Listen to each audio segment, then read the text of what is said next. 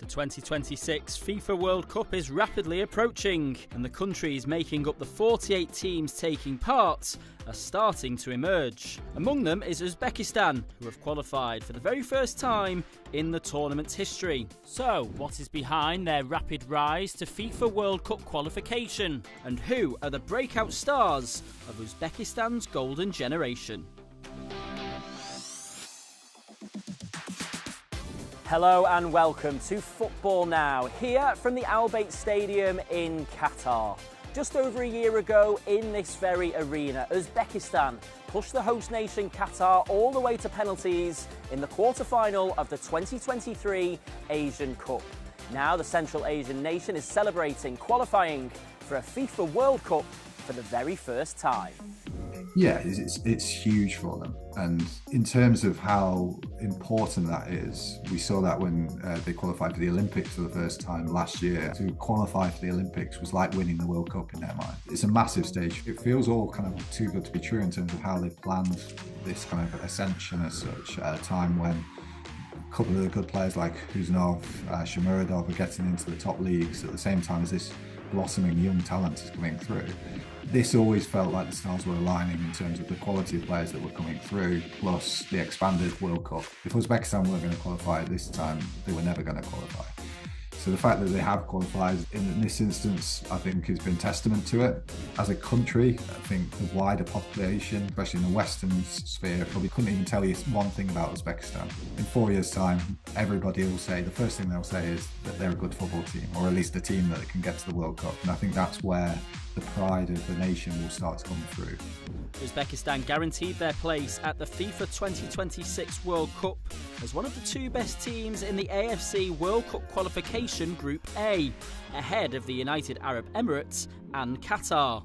Since becoming an independent nation in 1992, Uzbekistan have been among the strongest teams in Asia, and in the last 3 years, their FIFA ranking has surged from 85th to 58th in the world, their highest position since 2016. Uzbekistan have reached at least the quarter-final stage at 5 of the last 6 Asian Cups, with the highlight being a semi-final appearance back in 2011, again here in Qatar. We spoke to former Australia international striker Tim Cahill, who was on the pitch that day, and he told us just what makes them such a difficult side to come up against. Compact, very well organised, and they can hurt you. So if they score, it'll be very difficult to get back into the game. But they're all they're strong, they're physical and very disciplined, and they fight to the end. We've seen that in the Asian Cup when we played them, Qatar, how difficult it was.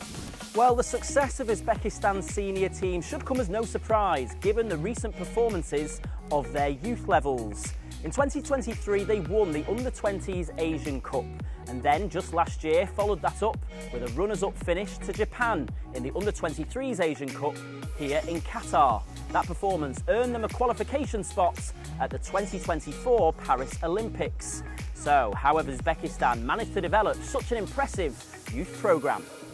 Kind of a mix of a few things. There's kind of been a drive by the Football Association to heavily invest in youth football, in terms of having club sides be required to have academies, and that be something that they're mandated to do as part of being a professional club in the country. So that drives them in terms of recruiting, training. The standard of training facilities has increased, so players are playing on better pitches than they were. The players are getting opportunities. I think they were very smart with kind of things like the youth national teams. When it came to like the Olympic team, they literally set up a football club, played with each other, trained with each other, were managed by the same manager who manages the U23s, and I think that's allowed them to then kind of drive on further and have more success. Uzbekistan's golden generation is no longer just catching attention in Asia.